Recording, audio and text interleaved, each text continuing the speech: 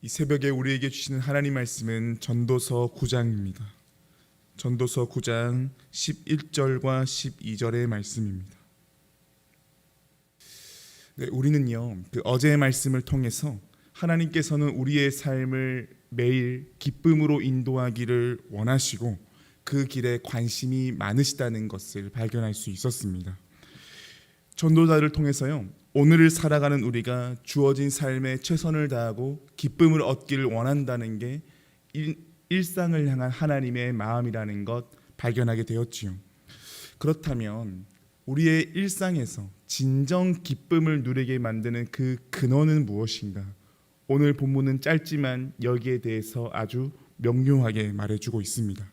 특별히 인간의 한계가 무엇인지를 정확하게 찝으면서 인생의 참 기쁨은 어디에 있는지를 우리에게 보게 만드는데요. 우리 11절 말씀 다시 한 번 더 읽어보겠습니다. 내가 다시 해 아래에서 보니 빠른 경주지자들이라고 선착하는 것이 아니며 용사들이라고 전쟁에 승리하는 것이 아니며 지혜자들이라고 음식물을 얻는 것도 아니며 명철자들이라고 재물을 얻는 것도 아니며 지식인들이라고 은총을 입는 것이 아니니 이는 시기와 기회는 그들 모두에게 임함이니라. 아멘. 전도서 기자는요, 인생의 진실을 말해주고 있습니다. 빠른 경주자들, 용사들, 그리고 지혜자들, 명철자들, 지식인들, 이 사람들 위치가 어떤 위치인가요? 사람들로 하여금 부러움을 사는 위치 아닙니까? 사실 세상 모든 사람들이 오르고 싶어하는 위치가 바로 이 위치들이지요. 세상에서 승자의 위치에 있는 사람들이 앞서 말씀드린 이 5부류의 사람들입니다. 그런데 전도자가 인생을 보니까 어떻다라는 거지요. 이 사람들 늘 성공된 삶을 살아가는 건 아니라고 말을 합니다. 빠른 경주자들이라고 해서 매번 1등을 하는 게 아닙니다. 우리가 올림픽이나 어떤 경기를 봐도 제 아무리 잘하는 선수라고 하더라도 꼬꾸라지고 넘어질 때가 있습니다. 그리고요, 자신보다 더 빠른 경주자가 나타나게 되면 당연히 1등을 하지 못하지요. 용사들, 늘 전쟁에서 승리하는가? 성경에 나타난 전쟁사나 세속의 전쟁사를 보면 용사들이 늘 승리를 거두는 건 아닙니다. 쓰라린 패배를 경험도 참 많이 하게 되지요. 예상치 못한 상황이나 여건을 마주하게 되면 제 아무리 훌륭한 용사라고 한들 전쟁에서 패배하기 일쑤입니다. 전도자는요, 인생에서 부러울 만한 위치에 있는 사람들이 성공적인 인생을 늘 사는 건 아니라는 것을 꼬집습니다. 그리고 이들이 성공적인 삶을 살 수 있는 결정적인 이유에 대해서 말해주고 있는데요. 11절 하반절을 보시면 이렇게 나와 있지요. 이는 시기와 기회는 그들 모두에게 임함이니라. 때와 기회가 허락될 때에만 이들의 삶도 성공을 거둘 수 있다라는 걸 말해주고 있습니다. 우리는 어떤 성공한 한 사람을 보면요, 그 사람이 가지고 있는 천부적인 재능이나 아니면 끝없는 노력을 통해서 성공이 가능해졌다라고 보는 경향이 있습니다. 물론 맞는 말입니다. 그런데요, 그 말은 반은 맞지만 일정 부분은 굉장히 틀린 말이기도 합니다. 서양 미술사 중에서요, 가장 위대한 화가 중에 한 명으로 꼽히는 사람이 빈센트 반 고흐라는 사람이 있죠. 이 사람 눈부신 색채와 이 불꽃 같은 열정의 격렬한 분놀림으로 오늘날 우리나라에도 굉장히 알려져 있는 화가입니다. 이 사람 1853년생인데요. 이 사람이요, 굉장히 널리 알려진 지금은 화가이지만 자신이 살던 생전의 시기에서는 전혀 알려지지 못한 화가였습니다. 당시의 미술 분위기와는 맞지 않아서요, 다양한 화가들에게 연구 대상으로 놓여 있을 뿐 환영을 받는 화가는 아니었습니다. 그런데요, 그가 죽은 뒤에 1903년부터 사람들로부터 각광받기 시작하더니 현재 세계에서 100위 안에 드는 미술 작품 중에 7개가 반 고흐의 작품이라고 합니다. 그리고 최근 경매에 나온 그의 작품은요, 846억 정도에 해당했다라고 말을 할 정도입니다. 그래서 사람들은요, 이 빈센트 반 고흐를 가리켜 어떻게 말하는 거 보니 시대를 앞서간 천재 화가라고 말을 합니다. 근데 뒤집어 말하면 무슨 말입니까? 그는 사는 동안 때와 기회를 얻지 못하니까요. 천부적인 재능과 화가로서의 노력이 빛을 발하지 못했다는 건 거죠. 성공적인 삶은요, 시기와 기회가 주어져야만 가능하다는 걸 보게 만듭니다.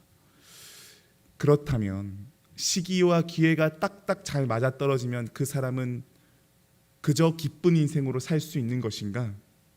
12절에서요, 인생에 대해 아주 전곡을 찌르는 말을 합니다. 12절 말씀 같이 한번 읽어볼까요? 분명히 사람은 자기의 시기도 알지 못하나니 물고기들이 재난의 그물에 걸리고 새들이 올무에 걸림같이 인생들도 재앙의 날이 그들에게 호련히 임하면 거기에 걸리느니라. 아멘. 다소 무거운 말씀이지만 아주 정확한 말씀입니다. 인간의 형편과 상황을 좋게 만드는 때와 시기도 있지만 분명히 어렵고 힘든 시기도 찾아오는 게 인생의 원리라는 건 거죠.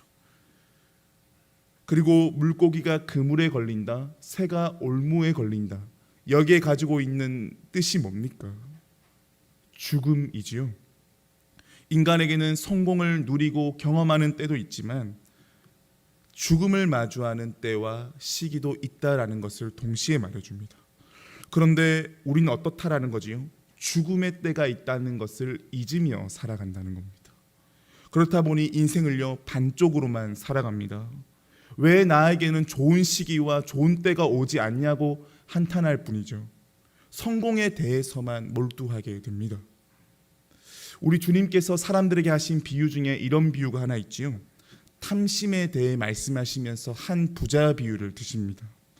이 부자는요, 자기의 소유와 소출이 너무나 많아져서, 밭에 소출이 많아져서 지금 있는 곳간을 헐고 더 크고 좋은 곳간을 만들려고 합니다.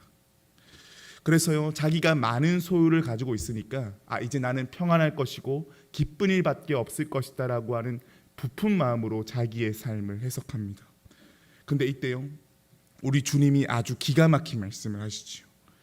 만약 하나님께서 그 부자의 영혼을 도로 오늘 밤에 찾아가신다면 그 가진 소유가 무슨 소용이 있겠느냐 라고 말씀하십니다. 그러면서 우리 주님께서요, 아주 핵심적인 말씀을 하십니다. 누가복음 12장 21절 말씀인데요, 제가 읽어드리겠습니다.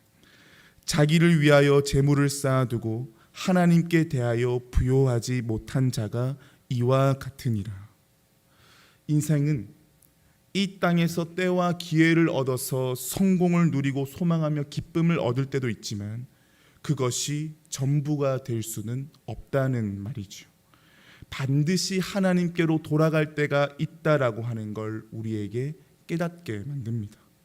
그리고 우리의 인생의 호흡을 가다듬게 만들면서요, 진짜 인생의 성공은 무엇이고 부요함이 무엇인지를 바라보게 만듭니다. 말씀을 통해 확인하게 되지요. 우리에게 주어진 모든 상황은 인간의 통제에서 좌지우지되지 않는다라는 것을 여실히 알게 됩니다. 사실 우리의 일상에서도 확인되지 않습니까? 어느 것 하나 내 마음대로 안 될 때가 참 많은 게 우리의 일상이지요. 우리의 일상에서 기쁨을 누린다라고 하는 건요, 인간 스스로만의 능력으로 될 수 없는 일임을 보게 만듭니다. 1차적으로는요, 때와 기회가 주어져야만 기쁨을 누릴 수 있는데 오늘 말씀을 보니 이것은 표면적인 것이고 그 뿌리로 내려가 보면 이 기쁨을 허락하시는 분이 누구라는 겁니까? 하나님이라는 건 거죠. 이걸 상실해 버리면 무엇을 위해 그렇게 달려왔는지 모른 채 인생 자체를 상실해 버린다는 걸 전도서가 말해주고 있습니다.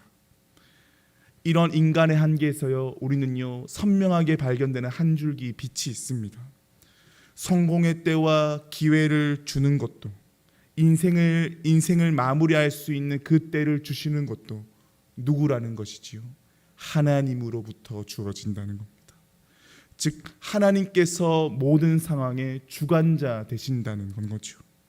내가 느끼기에 인생의 좋은 때도 슬픈 때도 기쁜 때에도 가슴 아픈 때에도 심지어 죽음의 때도 다 누구 손에 있다는 거지요? 하나님의 손에 있음을 말해주고 있습니다. 그래서 여러분 11절 첫 부분을 보시면요, 이렇게 나와 있죠. 내가 다시 해 아래에서 보니. 전도자는요, 그냥 해 아래에서 보는 게 아닙니다. 어떻게 본다 그러지요?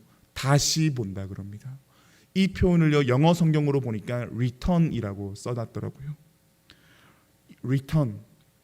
이전과 같은 방식으로 해 아래에서의 삶을 살아가는 게 아니라 이전과는 다른 방식으로 세상을 바라본다는 걸 말해주고 있습니다. 그러니 이제 이 전도서 기자는 삶을 어떻게 보는 겁니까? 내 편에서 인생을 바라보는 게 아니라 하나님의 편에서 인생을 바라보는 새로운 시각을 갖게 된 거지요. 삶이 이렇게 조명할 수 있게 되면, 모든 상황이 하나님 안에 있음을 알게 되면요, 인간의 존재적 한계는 비참함이 되지 않는다는 겁니다. 내 안에 모든 것 통제되지 않는다. 다른 말로 말하면 하나님의 손 안에 모든 상황이 있다라는 것을 발견하게 되는 겁니다. 그러면 이 사실은 뭐가 되는 겁니까? 비참함이 아니라 은혜가 됩니다. 왜 그럴까요? 내 손에 통제할 수 없던 모든 것들이 주님의 손 안에 있기 때문에 하나님께서 어련히 내 인생 잘 챙겨주실 것이다 라고 하는 믿음을 가지며 살아갑니다. 그리고 찬송 중에 이런 찬송이 있죠. 높은 산이 거친들이 초막이나 궁궐이나 내 주 예수 모신 곳이 그 어디나 하늘나라. 이 고백이 왜 가능한 겁니까?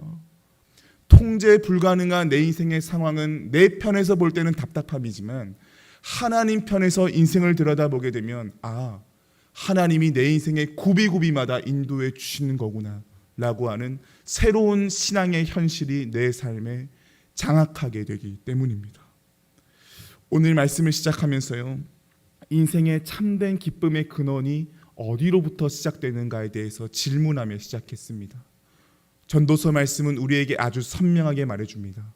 진정한 기쁨, 하나님으로부터 온다라는 걸 말해주고 있습니다. 특정한 때와 시기는 우리의 삶을 기쁘게 만들지만 표면적으로 느끼는 그 기쁨의 부분은요, 본질로 파고 들어가 보면 그 본질에 누가 계신다는 거지요? 하나님이 계신다는 겁니다. 간절히 바라기는요, 우리도 전도서 기자와 같이 우리의 삶을 다시 보는 인생 될 수 있기를 축복합니다. 상황이 하나님이 아니라 모든 상황 가운데에 하나님이 주관자 되심을 바라볼 수 있기를 원합니다. 그래서 하나님과의 관계 안에서 날마다 새로운 기쁨이 샘솟기를 축복합니다. 성탄을 맞이하면서요, 우리 주님은 어떤 분으로 이 땅 가운데 오셨다 그랬습니까? 임마누엘로 이 땅 가운데 오셨다 하셨습니다. 즉 하나님이 나와 함께 하신다. 이 함께 하신다는 것은 내가 좋은 상황에만 함께 하는 게 아니라 나의 모든 상황 가운데에 함께 하시는 그 하나님을 임마누엘 하나님이라고 주님께서는 우리에게 말씀하셨고, 우리가 믿는 하나님은 그러한 하나님이십니다. 이제는요, 하나님께서 나의 모든 순간을 기쁨으로 만들어 가심을 신뢰하며 나아갈 수 있는 우리가 되기를 원합니다. 그래서 우리의 삶에 마주하는 모든 한계와 모든 아픔의 순간 가운데에 그 한계 앞에서 좌절하기보다 그 한계 앞에서 하나님을 의지하는 기쁨으로 충만한 우리 모두가 될 수 있기를 소망합니다. 그래서 여러분, 오늘 이 하루 살아가게 되실 때에 내 입장에서 인생을 바라보는 것이 아니라 하나님의 편에서 인생을 바라봐 다시 보는 인생으로 살아가는 우리 모두가 될 수 있기를 주님의 이름으로 축복합니다. 함께 기도하겠습니다. 사랑의 하나님, 오늘 전도서 9장 11절과 12절의 말씀을 통하여 우리의 삶을 향한 하나님의 메시지를 발견할 수 있게 하시니 감사합니다. 하나님, 우리는 오늘의 말씀을 통해 우리 연약한 인간의 한계를 보게 됩니다. 우리가 봤을 때의 성공의 덕목들은 천부적인 재능과 노력과 여러 환경이 뒷받침되어야만 되는 것이라고 우리가 보게 되는데, 하나님, 진정한 성공은 하나님 편에서 인생을 바라보게 될 때에 얻게 되는 것임을 우리가 기억하기를 원합니다. 세상 사람들이 누리는 성공이 인생의 전부가 아니라 인생은 반드시 하나님께서 부르시는 때가 있음을 우리가 또한 알며 우리에게 주어진 걸음걸음마다 하나님과의 동행을 꿈꾸며 나아갈 수 있는 우리가 되게 하여 주시옵소서. 그래서 주님, 우리의 한계를 깨닫는 그 지점은 우리가 좌절해야 되는 지점이 아니라 내 인생은 하나님의 손에 있구나라는 것을 알게 하는 하나님의 현실 안에 서게 하는 것임을 우리가 기억하게 하여 주시옵소서. 그래서 아픔의 순간과 연약함의 순간이 찾아오게 될 때에 오 주님, 나를 이끄소서라고 하는 믿음으로 하나님께서 이끄시는 길에 대한 사모함이 차고 넘치게 하여 주시옵소서. 그래서 이제는 우리의 삶을 내 편에서 보는 것이 아니라 하나님 편에서 바라봄으로 전도서 기자와 같이 우리의 인생을 다시 보는 삶 되게 하여 주시옵소서. 그래서 하나님께서 어련히 다 알아서 해주실 것이다 라고 하는 새로운 믿음의 내용을 가지고 우리의 삶을 살아가게 하여 주시옵소서. 그래서 삶에 가지고 있는 무거운 짐진 것 다 주님 앞에 내려놔 진정 우리의 삶을 자유케 하시는 하나님의 사랑을 마음껏 누리며 살아가는 오늘 하루가 되게 하시고 우리의 일상이 되게 하여 주시옵소서. 우리의 삶 가운데에 참 소망과 참 기업이 되시는 주님의 이름을 높여 찬양드리며 우리 주 예수 그리스도의 이름으로 기도드립니다. 아멘.